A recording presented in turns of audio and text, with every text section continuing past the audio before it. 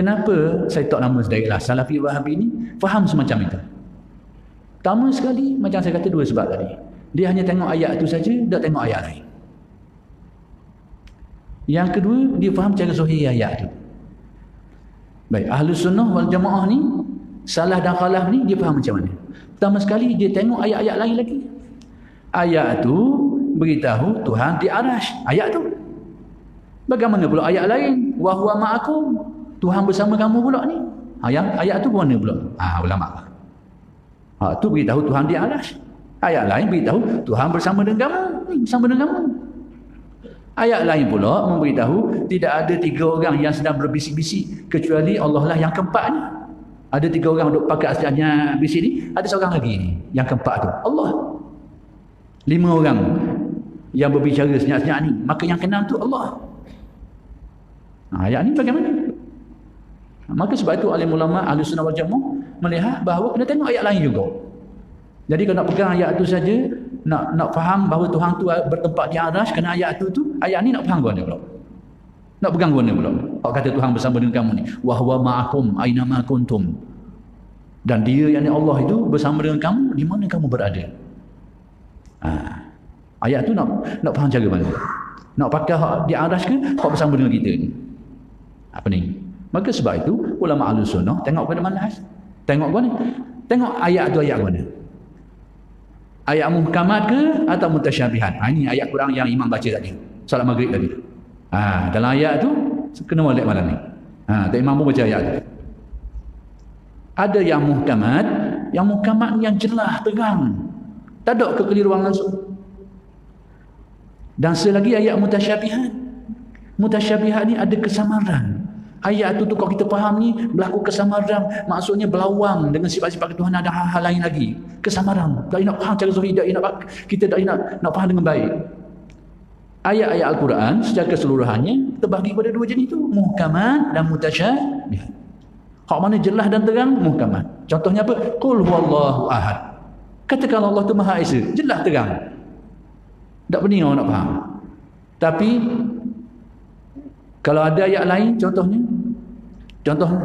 yadullah fawqa aydihim, tangan Allah di atas tangan-tangan mereka. Nak faham kau itu? Nak faham kau itu? Jadi ayat-ayat yang ada kemuskilan ini dinamakan mutasyabihat.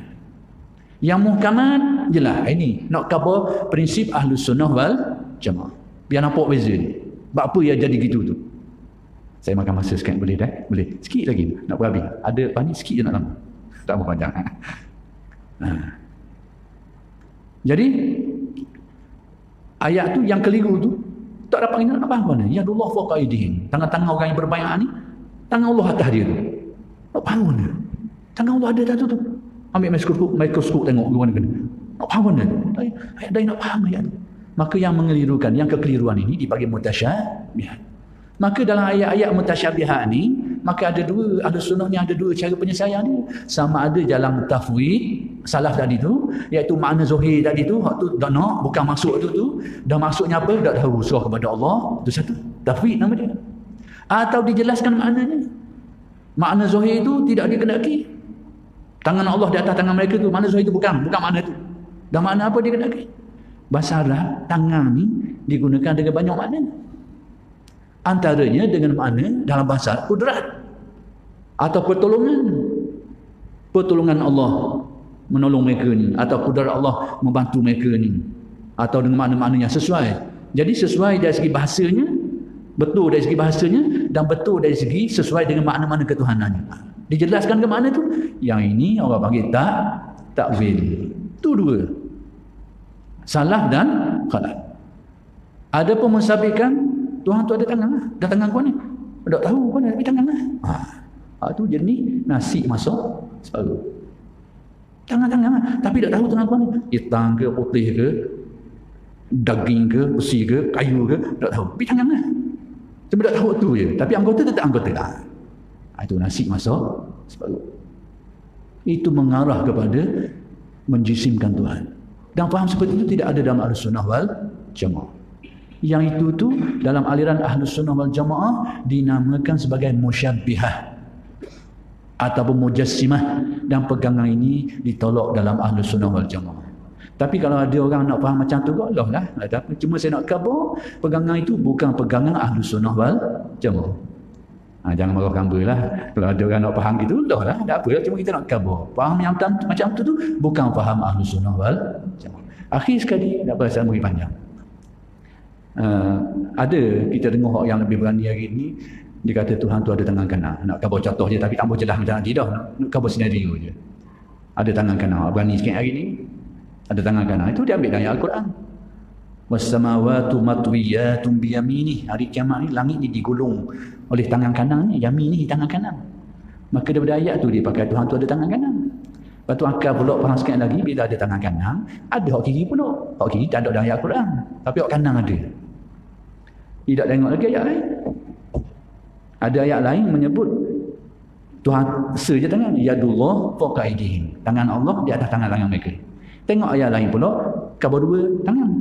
Bal yadahu mabsutatani. Bahkan dua tangan Tuhan tu jala, menghulu. Dua tangan pula. Tengok ayat lain lagi, banyak tangan pula. Was-samaa banainaha biaidin. Langit kami bina dengan tangan-tangan banyak, lebih dari dua. Tuan nak pakai manusia. Tangan se ke? Tangan dua ke tangan banyak? Pening lah dia. Pening. Baik, persoalan akhir yang saya nak beritahu hari ini, ambil masa 5 minit, boleh? 5 minit. Kita mengaitkan imam-imam tertentu dengan faham Salafi Wahabi ini, kalau tak cuma boleh membawa kekeliruan dah. Ulama-ulama Ahlus Sunnah wal Jamaah ni, mereka sudah ada senarai. Mereka ada mazhab, mereka ada manhaj kaedah, mereka ada alim ulamanya. Mereka ada alim ulamanya dan mereka ni ada kitab-kitab. Maka di antara alim ulama yang berpegang dengan faham Ahlus Sunnah wal Jamaah ni, Asy'ariyah ni, adalah Al-Imam An-Nawawi. Jadi kalau kita kait Al-Imam An-Nawawi berpegang dengan faham salaf dengan makna Wahabi hari ini, itu silap. Itu silap. Demikian juga Al-Imam Ibn Katsir. Dia adalah tokoh Asy'ari, mazhab akidah ni. Kalau kita kaitkan dia sebagai pemazhab Salafi dengan mana sama dengan Wahabi hari ini, silap. Baik, mana? Keterangan sikit je. Kita ambil Al-Imam Ibn Katsir dululah. Ibn Katsir ni memang dia murid kepada Ibn Taymiyah. Memang murid. Tak nak lagi. Sebagaimana Al-Imam Ibn Qayyim juga murid kepada Ibn Taymiyah. Tapi beza antara dua ni, Al-Imam Ibn Qayyim ni anak putih kepada Syekh Ibn Taymiyah. Adapun Ibn Katsir ni sekalipun murid, tapi bab akidah dia mengambil faham Asy'ariyah. Akidah, bukan Salafi Wahabi.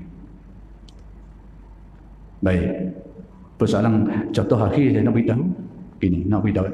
Saya tak mahu hurai panjang dah ni, cuma nak khabar bahawa mengaitkan dua tokoh ni dengan faham Salafi yang sinonim dengan Wahabi hari ni, itu silap.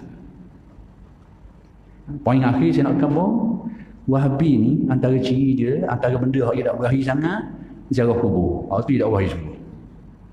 Ziarah kubur dan tawassul. Ini antara isu Salafi Wahabi ni memang dimusuhi secara keras. Bahkan mereka melabelkan orang yang menziarahi kubur dan bertawassul sebagai kuburiyun. Kuburiyun tu maknanya tapi difahami seolahnya orang yang mempertuhankan kubur lah. Seolahnya begitu. Kuburiyun. Dia tak. Baik. Saya sebut satu kisah.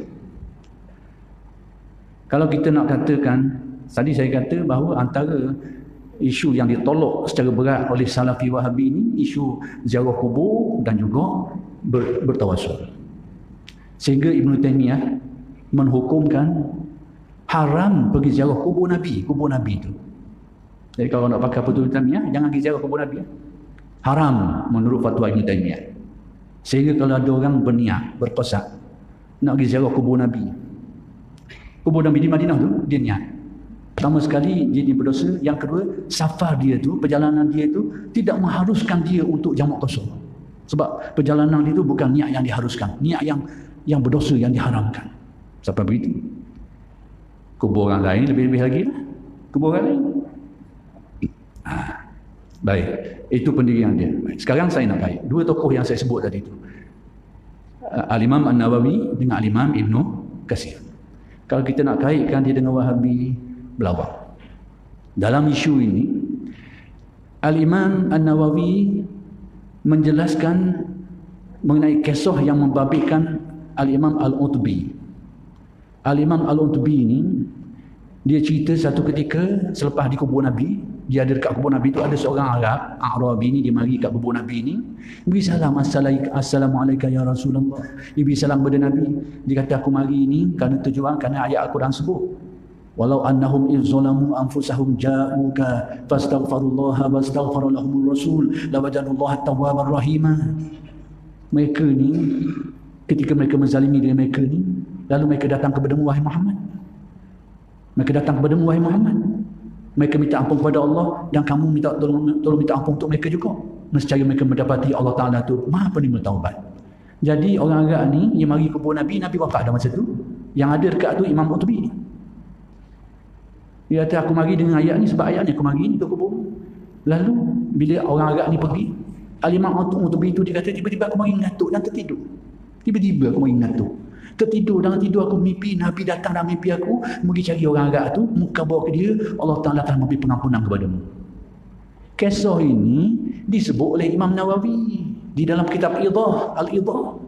Jadi kalau kita dah kata Imam Nawawi ni berpegang dengan faham Salafi yang Wahabi hari ini, maka belawang. Wahabi tak berhari sekali buah ni, tapi itulah yang disebut oleh Al-Imam Nawawi. Berarti mengaitkan Nawawi dengan Salafi dengan makna Wahabi hari ini silap. Demikian juga Ibn Katsir dalam tafsir dia. Boleh tengok siapa yang tahu tentang tafsir Ibn Katsir. Buka dalam tafsir Ibn Katsir itu, ketika menjelaskan ayat saya baca tadi tu, walau annahum iz zalamu anfusahum, Imam Ibn Katsir bawa kisah Al-Imam Utbi tadi tu dalam tafsir dia tu. Sedangkan inilah isu yang sangat tidak disukai oleh Salafi Wahabi.